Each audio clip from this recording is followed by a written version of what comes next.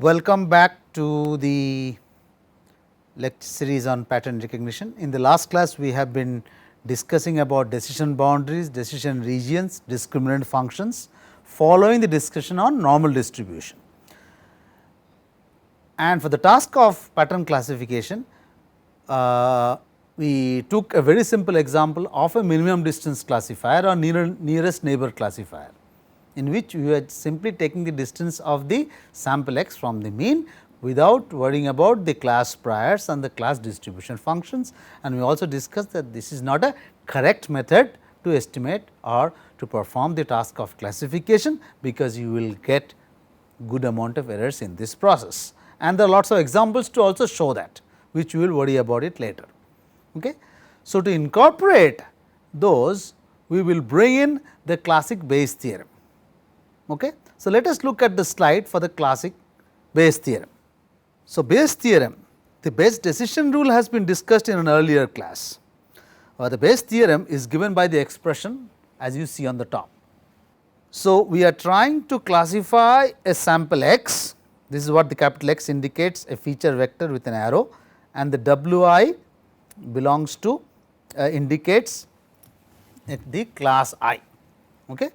Wi indicates the class I. So, what Bayes rule or the Bayes theorem says that it requires 3 inputs. The 3 terms which you see on the right hand side, 1, 2 and 3 are all given here, and this is the output. What are the individual terms which are here? Now, there are different books which will actually use these terms in different ways, and I am going to use as much of the common terms which are used to describe these corresponding terms within the Bayes theorem, okay, which is used for later on used for class assignment. Okay. So, what are they? This is what you get. P of x, the denominator term, is basically called the unconditional density function or evidence.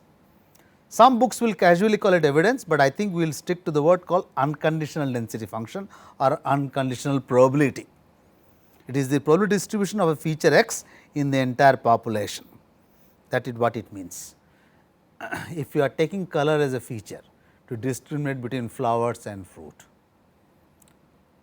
I want to find out how much of red flowers are there.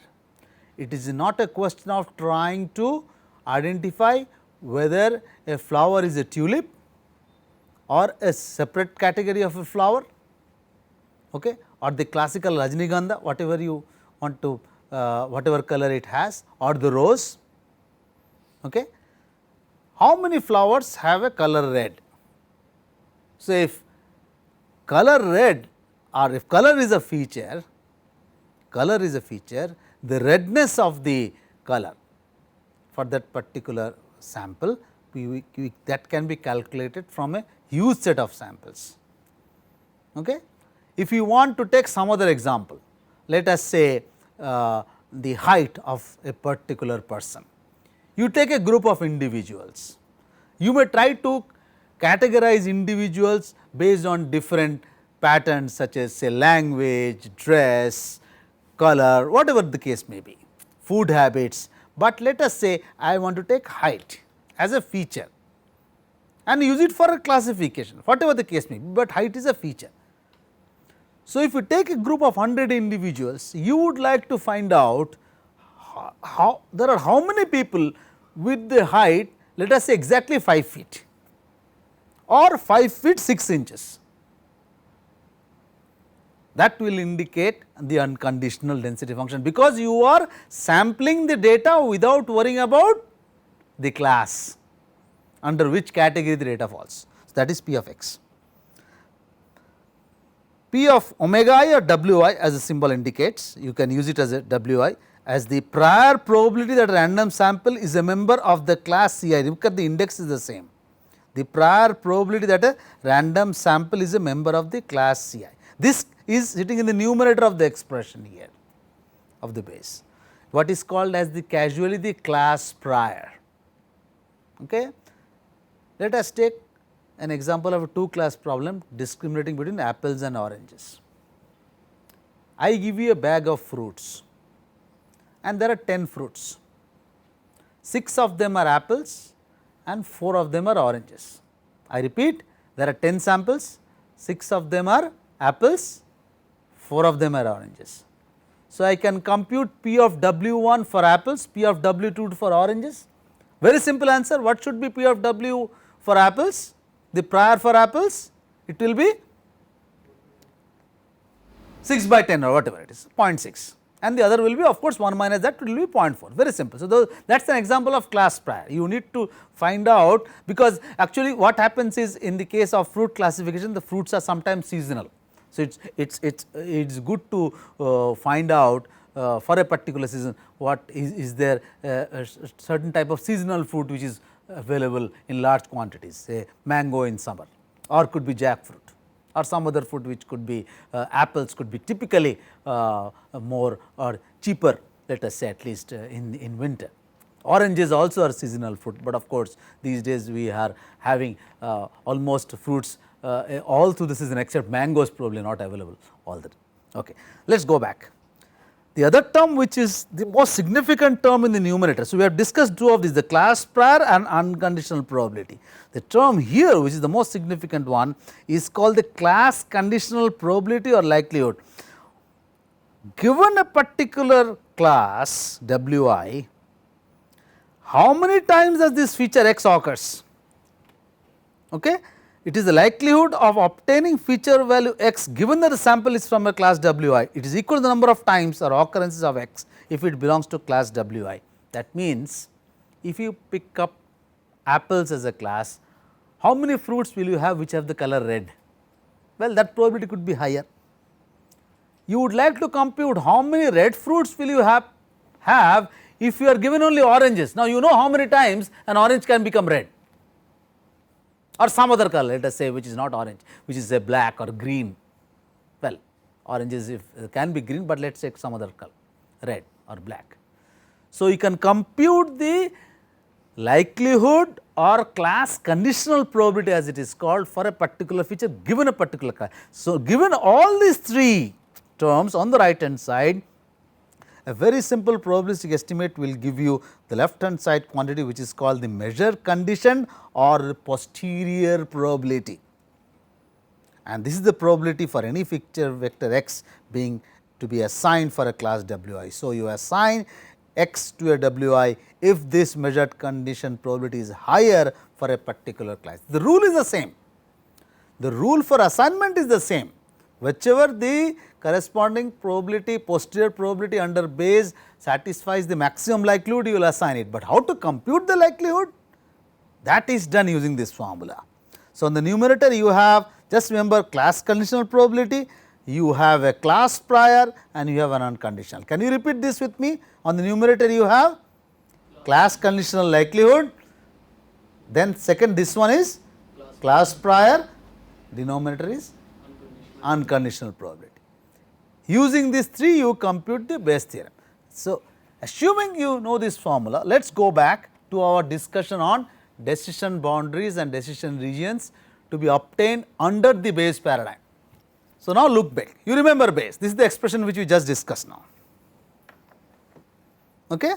Now, consider a discriminant function gi which we have been talking about in the last class, a log of the numerator of the expression, numerator of the Bayes expression. You see these two terms, if I take the log, this is what I will get, and I am ignoring the denominator. What was the denominator here which we are ignoring? We discussed that just a few minutes back. It is the unconditional probability which we are ignoring, and we are taking the two numerator terms and taking a log of that expression.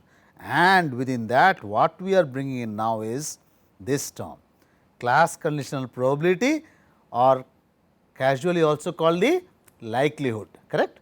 Class conditional probability or likelihood, this is the class prior, okay? This is called the class prior, okay? And this is called the class conditional probability or likelihood is given by this famous expression. We have seen this couple of classes back, also in the last class beginning. This is the, what is this expression?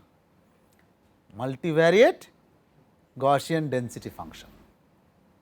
So, that means in a d-dimensional space, this is the distribution. Look, in the expression you have, remember there is a vector sign which I have kept consistent here, but after some time I may not keep this vector notation. I have tried to be consistent as much as possible throughout my slides. Actually, ideally this should also have a vector sign, but this is a vector.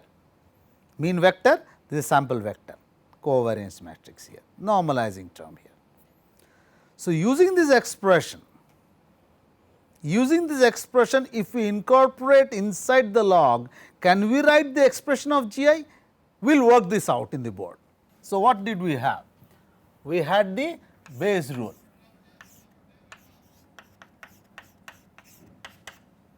I am just writing the two numerator terms. Can you just tell them what they are? The first is the class conditional probability or likelihood. What is that? Multiplied by class prior, correct. So, that is my base. So, what I am ignoring here is the denominator term, and what I am writing now is g of I of x, my first discriminant function in my class. Okay. So, what I am writing, I am taking a log of this basically, okay. A simple log of, so it will be log of this plus log of the class prior, very simply, and this particular term I am writing here. This I am saying will be a, let us say this is a multivariate Gaussian density function. So, this will be root over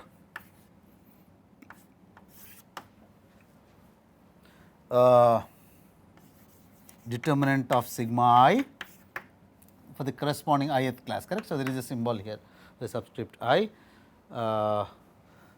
then 2 pi to the power d, correct. The square root will be part of this, correct, it will be overall. This is the normalizing term, basically that is the idea. Then this is the main thing, exponential minus will be there here, correct, divided by 2 x, okay. I should be careful here, that x is a vector, mind you.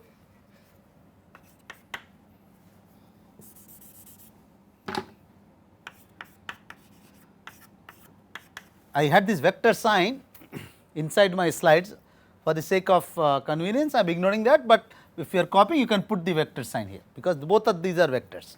Then you have the covariance matrix, inverse of the covariance matrix, and then x minus mu I, correct, there will be I here both.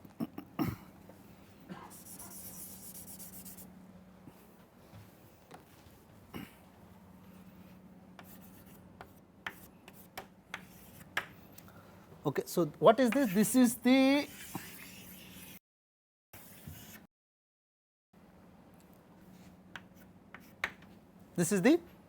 overall. So, if you substitute that, take the log. So, this there will be a this factor which will come out plus the log prior at the end. The interesting part will be this factor here. So, if you check it out, I think it will be minus d by 2 log 2 pi here into this. Can you tell me what I will get here? Minus 1 by 2 log determinant of, okay.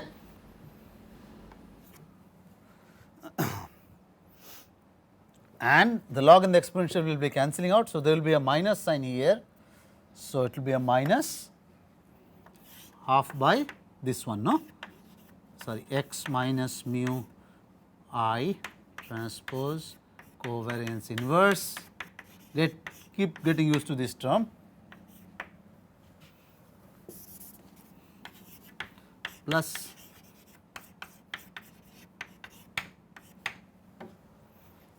correct. So, this is what you get.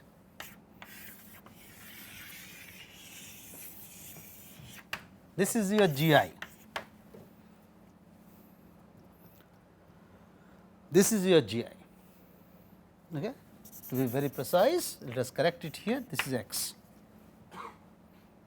Please check out if there are any mistakes of notations here. Okay. Now, if you look at this, this is what we get in the slide as well. Let us look back in the expression to see that whatever we have derived, as you see here, it is the same. Correct. Look at the expression at the bottom as given here, and the one which is now in the slide at the bottom here. The only thing in the slide is that I have brought in this covariance term at the beginning, the rest of it is basically the same. organized in a slightly different manner, that is all. If you look into this expression here, these can be visualized to be constant terms which are outside, they are not function of x. This is the one which only varies if you change x. Of course, if you change I, that means go from one particular class to the other, there will be another term which could be also changing as well as the class prior, unless the class priors themselves are constants or uniform across different classes. That means you have same number of oranges as the number of apples when you go to the market or the stores. Grocery, if you want to purchase 2 types of flowers, you have as many number of roses as number of tulips or something else, that is okay. In that case, class priors also could be same or different. Covariance matrix also could be same or different across different classes, but given a particular class, i.e., when you change the sample of the instant which is being tested, the only term which is varying is this one, and this is the one actually which gives you the distance d. The distance d which we have been talking about since about 1 or 2 classes back. The distance d, distance of a sample from the class mean. Nearest neighborhood classifier is actually a special case of this expression with the covariance term suppressed. You only have these two, you get that d which we talked about, and we will see that again as a special case. So, this is the distance plus these are some constant terms which do not vary with x, but if you go from one particular class to the other, yes, there will be some changes which will be taking place, and we will discuss that. But what may happen also is that the covariance term and the class priors also could be same as a special case across classes. So, in fact, the concentration henceforth will be mainly on this particular term. Let us go back to the slide. So, to recapitulate what we have just done now, that within the purview or using the Bayes theorem, incorporating the multivariate Gaussian function as the class conditional probability for a particular class, we have got a discriminant function expression for G I, which contains the class priors, the class PDFs. The class PDFs in turn contain the covariance matrix, which is very important, which we have just discussed about in terms of distance about a couple of classes back, and of course, a few constant terms, which is again based on the dimensionality of the problem and the covariance matrix, the determinant of the covariance matrix. And if you look back into the expression in the slide as given here, it is the term which is on the left hand side of this expression for g of I of x is the one which dictates your distance from, or which actually dictates your classification, the job of classification, and also it is giving a distance measure, because all of these, the rest of it are not functions of x. So, when you vary x within this expression, it is this term which is changing, and actually it gives a value of distance. Many cases may arise due to the varying nature of the covariance matrix sigma. It could be diagonal with equal or unequal elements. There may be off diagonal terms, positive or negative. We have already seen some of these variations when we are looking at the isocontour plots in 2D for a particular Gaussian example. You remember 2 classes back we had talked about asymmetric Gaussians. In fact, in the last class we have talked about asymmetric Gaussians, oriented Gaussians. What did it depend on? It was the fact that if we had off diagonal terms 0 or not, whether the diagonal terms one was equal to the other or not, these are all the factors which dictated or whether the Gaussian was asymmetric or not, whether it was oriented or not. The same thing is going to happen with the diagonal off diagonal terms of the covariance matrix. Is going to dictate how this particular expression, in fact, it is an expression of a distance already, which we have got using a discriminant functions, and this will give rise to DRs, which in turn will give rise to DBs. Let us look at some special cases of this particular function. Remember this expression of GI, which I have just derived it in the class today. Let the discriminant function for the ith class be the same g of x. So, assuming class pairs are same for 2 different classes I or j, in fact, if it is a 2 class problem, but if it is arbitrary c different classes, all the class pairs are same. That is what we are assuming. Then the only term which remains actually is this probability function, and then based on this we can write a simple expression like this, which we have done. This is the term, and we can write that this constant term here, which you have actually broken into two parts or broken into two parts in the last slide, is given by some constant q. Why it is constant? Because not a function of x anymore, and this is a constant multiplied by a distance vector. Well, distance is usually a scalar, okay. Distance is usually a scalar. Okay. So, this is a scalar quantity, mind you, di squares, which is a norm of a distance, what is basically taken, and this k is simple 1 by 2. It is a simple constant 1 by 2 this factor, and this di is basically given by this expression here, which is going to be the most important part of the discussion for the rest of this part of the course on distance measures with multivariate Gaussian functions for classification, for decision boundaries estimation. So, the classification is now going to be because why this term is going to be only there for G I, this is a constant. The classification is now influenced by the square of distance in hyperdimensional space of x from mu y weighted by the inverse of the covariance matrix, and we are going to examine this in little bit more detail in the rest of the class today and henceforth. And this term has already been introduced earlier, may not be explicitly, this is actually the Mahalanobis distance, the distance from x to mu I in feature space weighted by the covariance matrix. So, it is a weighted distance.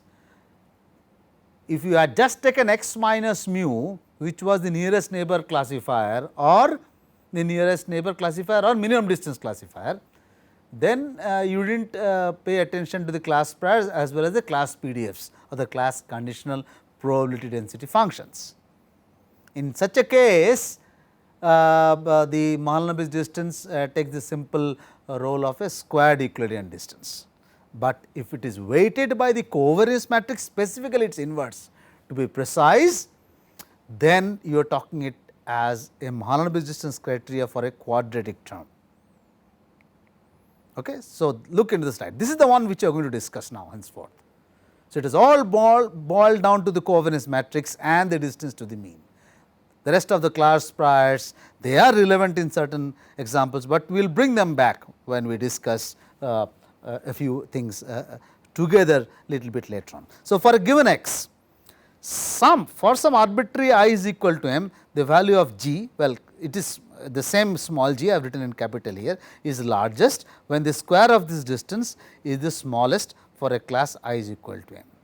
Remember, if you go back to the previous expression, we are talking about a constant minus this k. Remember, there is a minus half for the k. So, if the d value goes down, the g I value will be maximum. Remember the class assignment rule, assign it to the class for which the discriminant function becomes the maximum. So, maximum value of g I, if you look back into the expression, the maximum value will be g I, assuming it to be constant. If this to be maximum, this has to go down, the distance has to go down, the distance must be minimum for this to be maximized. So, that is what is written here. So, G m must be largest where this is the smallest, the distance is the smallest for a particular class I is equal to m, and for that particular class m, assign x to that particular class based on the nearest neighbor rule. Okay. The simplest case of course, is that the covariance matrix is equal to an identity matrix I. This criteria of course yields, I have just been talking in the last few minutes, that this yields our Euclidean distance norm, the nearest neighbor classifier or the minimum distance classifier.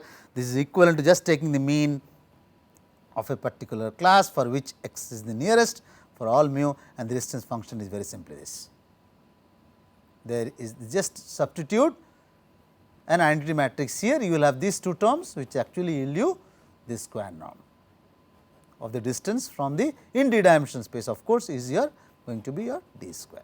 But remember here, although this d indicated as a vector, but you are taking the square norm. So, it is basically the scalar quantity here. Okay. So, in all vector notations, this is how it can be expanded. This is how it can be expanded. You can write expression in this particular form, and then this g of I x. Remember, this is d square by 2, why this, because there is a constant here which I am bringing in here for sake of normalization, and this is very simply substituting this overall by 2, you will get this expression. And how can I write this in terms of this, where look at this what term Wi0, which is taking care of this term. Okay. The W transpose is this multiplied by x. It seems I am ignoring this term. If I ignore this term, I can write this expression as something like this. I can do this only when well, I will not say x is negligible, that is not the basic idea. I am ignoring this term which is called a class invariant term. It is a class invariant term. Why? Because if I keep changing the value of I, this term does not change. Why am I trying to do this? Remember, I am interested in classification. Discriminant function I have formed. Now, I am trying to find out each discriminant function produces a decision region. Two discriminant functions for two different values of subscript I and j, they will create two different DRs or decision region. There is a decision boundary between this pair I and j. We will have a decision boundary between this pair I and j. So, if you move from class I to j to compute this g of I and look back into the expression, what will change in this expression here? For the same sample x, if you change I to j, this is the term which is going to change, not this. So, hence this is called a class invariant term, because it does not change between classes. Here the same value of x, because that is the test sample which you are trying to classify. After you have learned the discriminant function, you move from class 1 to class 2 to class 3 or class A to class B to class C. The first quadratic term which you see here in this expression, this does not change across classes, this does not have a subscript I, it is the other two terms which have. So, I am ignoring this for the sake of comparing g I x across classes, then I am having this and I am writing this. The only thing which you need to worry about is that I have probably taken g I to be minus of this, because the sign has been reversed here. Okay. So, what we are doing here is as if g I x will be a constant minus this part which is given here. You can see that there is a negative sign which has been introduced here, this negative sign has vanished. So, do not get this flip is not automatic, it is the way you have taken the g I, because I want to maximize some function by minimizing the distance. So, this will help you in doing this. This is actually called, in a very simple sentence, I have linearized the discriminant function. This will actually give you linear decision boundaries. This is also very casually called a correlation detector, but that is not our main aim. We will say that this is the simplest form of a linear discriminant function. The linear discriminant function can also be written, actually is this is the expression which we had in the last slide. If you go back, let us see here, this is what we had. It's a sample x multiplied by a weight vector plus a bias term. This is basically a bias term which depends on the class mean. I repeat again that this is called the bias term which depends on the class mean, and this is the weight vector which also depends on the class mean. Weight vector depends on the class mean and the bias term, so everything is depending on the class mean, because the covariance term is ignored. Why did we ignore the covariance term? We have taken the covariance matrix equal to identity matrix. That is why we could write this in the first place, and only which whatever remains is just the mu. That is why we are able to get a linear expression now of this. So, the linear discriminant function for a separable class is given by this, which we have seen in the previous slide, and the W vector is a d-dimensional vector depending upon the dimensionality of the problem. It is a vector of weights used for class I, and we have the expression of W which is simply the class mean. So, this is itself a d-dimensional vector, the same thing which holds good here. This function leads to decision boundaries that are hyperplanes in higher dimension, and I have talked about this in the last class, that it is a point in 1D, line in 2D, planar surfaces in 3D, and of course, hyperplanes in higher dimensions. We will examine this linear decision boundary in very great detail. Okay. And in the simplest case of a 3D, which is a plane, of course, in 2D it will become a line, it will become a plane passing through the origin, and the expression gets to the simple function. What has been written here is now basically this expression. Okay. The W matrix is given by the 3 components here. Do not confuse these Wi's with the class class levels which we have used probably earlier, and the 3 dimensional space. So, x is a 3 dimensional vector as simple dot product here. Simple dot product here is what has been written in this particular case. This is a plane passing through the origin, but of course, that is a special case. You may have a line also passing through the origin or somewhere in 2D space, plane in 3 dimensional space, hyperplane in n dimensional space. Once these weights are learned, it is just simple, and it is always okay that I pick up these weights class means assign it to my wi's, assign the w bias term wi 0 based on the mu and mu I transpose, and the job of the classifier is done. Well, in the case of linearly separable problems, where problems can be separable by a linear hyperplane, a line in 2D or a plane in 3D, this will work. We will see that with an example now. We will see that with an example now. We will take examples from geometry in 2 dimensional space and understand the significance of this linear decision boundary, which will lead us later on to an important concept of linear discriminant functions, LDA, linear discriminant analysis, or FLDA a little bit later on, not an immediate extrapolation right now, because what we will do is we will learn the importance and significance of linear decision boundaries, then bring in the which one we have ignored to get this linear decision boundary. We have ignored the in the GI expression of GI, we have ignored one important factor. What was that factor? The covariance matrix. We will bring in that covariance matrix. We will see the significance of that covariance matrix, which will in fact bring nonlinearity into the picture of the decision boundary, not only due to the diagonal elements, but off diagonal elements, and see some examples of those, and then again come back to linear decision boundary using the Fisher linear discriminant analysis or FLDA criteria or the LDA, which will lead us to the popular method of supervised classification called LDA or linear or Fisher's linear discriminant criteria analysis. That is going to be overall the discussion henceforth in the next few lectures. We will stop here.